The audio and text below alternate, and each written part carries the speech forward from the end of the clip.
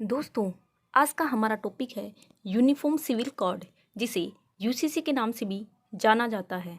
सबसे पहले हम यह देख लेते हैं कि यह टॉपिक न्यूज़ में क्यों रहा।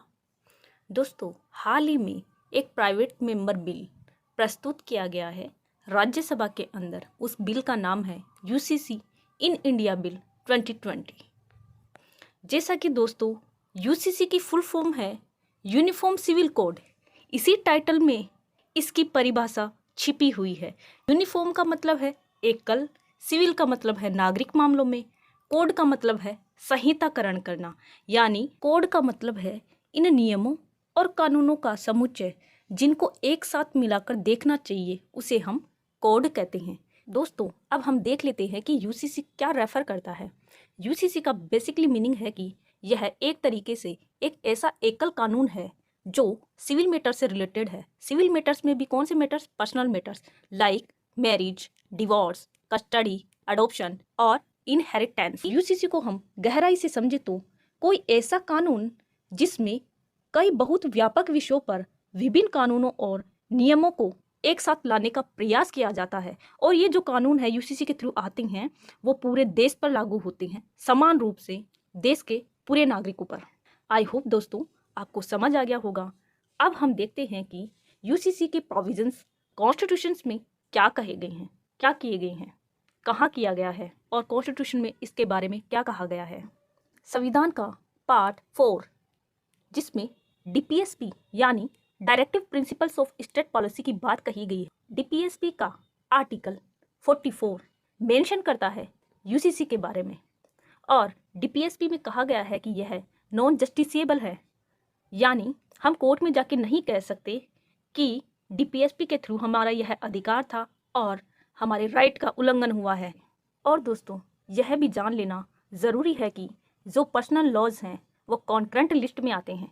यानी पर्सनल लॉज जो सब्जेक्ट है उस पर कानून बनाने का अधिकार पार्लियामेंट को भी है और स्टेट लेजिस्लेचर को भी है। लेकिन यदि दोनों में टसल उत्पन्न हो जाती है तो मान्य होगा कानून किसका? पार्लियामेंट का। अब हम देखते हैं कि यूसीसी के बारे में ब्रिटिश संसद ने क्या कानून बनाए। ठीक इसी प्रकार स्वतंत्र भारत की संसद ने इसके बारे में क्या कानून बनाए। बात कर लेते हैं 1840 की, जब लेक्स लेसी रिपोर्ट के बेसिस पर ब्रिटिश गवर्नमेंट ने यूनिफॉर्म लॉज स्थापित किए 3 मैटर के अंदर। पहला मैटर था क्राइम, दूसरा मैटर था एविडेंस, थर्ड मैटर था contracts. But personal laws of Hindus and Muslims were intentionally left to them. लेकिन ब्रिटिश संसद ने हिंदू लॉज और जो मुस्लिम पर्सनल इंटेंशनली ध्यान नहीं दिया था। दोस्तों, ब्रिटिश गवर्नमेंट ने 1941 में बी.एन. राव कमेटी को फॉर्म किया, जिसका काम था हिंदू लॉज को कोडिफाई करना और वीमेन को इक्वल राइट्स देना। अब हम बात करते हैं पोस्ट इंडिपेंडेंस की, यानी आज़ाद भारत की। दोस्तों, जो हमारी कॉन्स्टिट्यूएंट असेंबली है यानी संविधान सभा में एक सब कमेटी थी जिसका नाम था sub committee on fundamental rights, जिसकी अध्यक्षता कर रहे थे सरदार वल्लभ भाई पटेल। उन्होंने डिसाइड किया, यानी इस कमेटी ने डिसाइड किया, यूसीसी को सिक्योर करने की बात कही गई, लेकिन यूसीसी को फंडामेंटल राइट्स के अधीन नहीं माना गया। यानी फंडामेंटल राइट्स का विकल्प नहीं माना गया कि फंडामेंटल राइट्स थोड़े अलग हैं और यूसीसी अलग है, जो डीपीएसपी का पार्ट है। और सरकार का दायित्व है कि एक वेलफेयर स्टेट का निर्माण करने के लिए इन मैटर्स पर कदम उठाएं। आगे बात करते हैं स्पेशल मैरिज एक्ट 1954, जो अंतर धार्मिक विवाह को मान्यता प्रदान करता है लीगल रूप से। इसी प्रकार 1955 और 1956 में 4 हिंदू कोड बिल्स पास किए गए।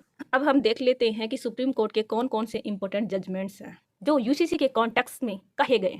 पहला लैंडमार्क जजमेंट आया साहबानो केस का 1985 के अंदर, जिसमें सुप्रीम कोर्ट ने कहा कि पार्लियामेंट को एक आउटलाइन डिसाइड करनी चाहिए कॉमन सिविल कोड को लेकर, क्योंकि कॉमन सिविल कोड एक तरीके से इंस्ट्रूमेंट है जो देश की हार्मनी को बनाने के लिए, साथ ही इक्वलिटी बिफोर लॉ को इंश्योर करने के लिए ज़रूरी है।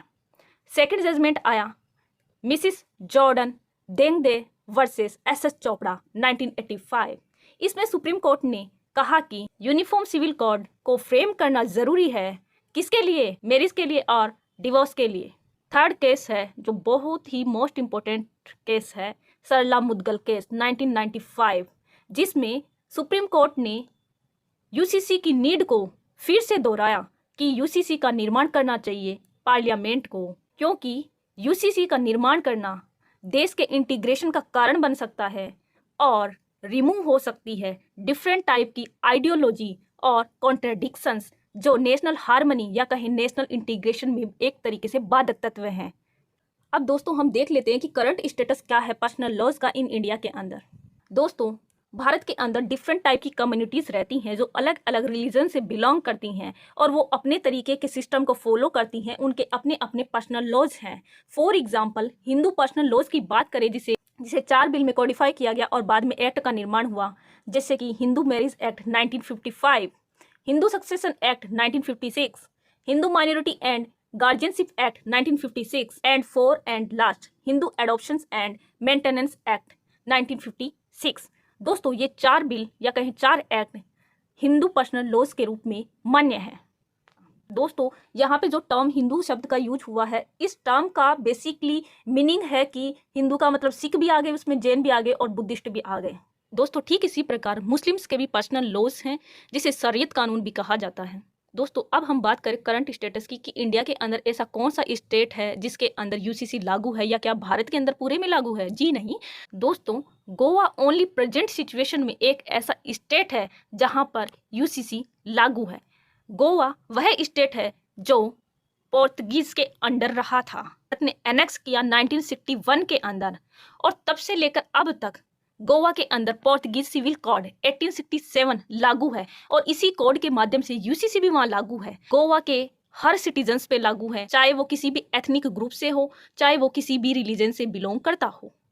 हाउएवर यद्यपि पोर्तुगीज जो कोड है 1867 का वो कंप्लीट तरीके से यूसीसी नहीं है, लेकिन हम मान सकते हैं कि वो यूसीसी के काफ़ी सप्लीमेंट्री है, यानी यूसीसी के काफ़ी इक्वल है।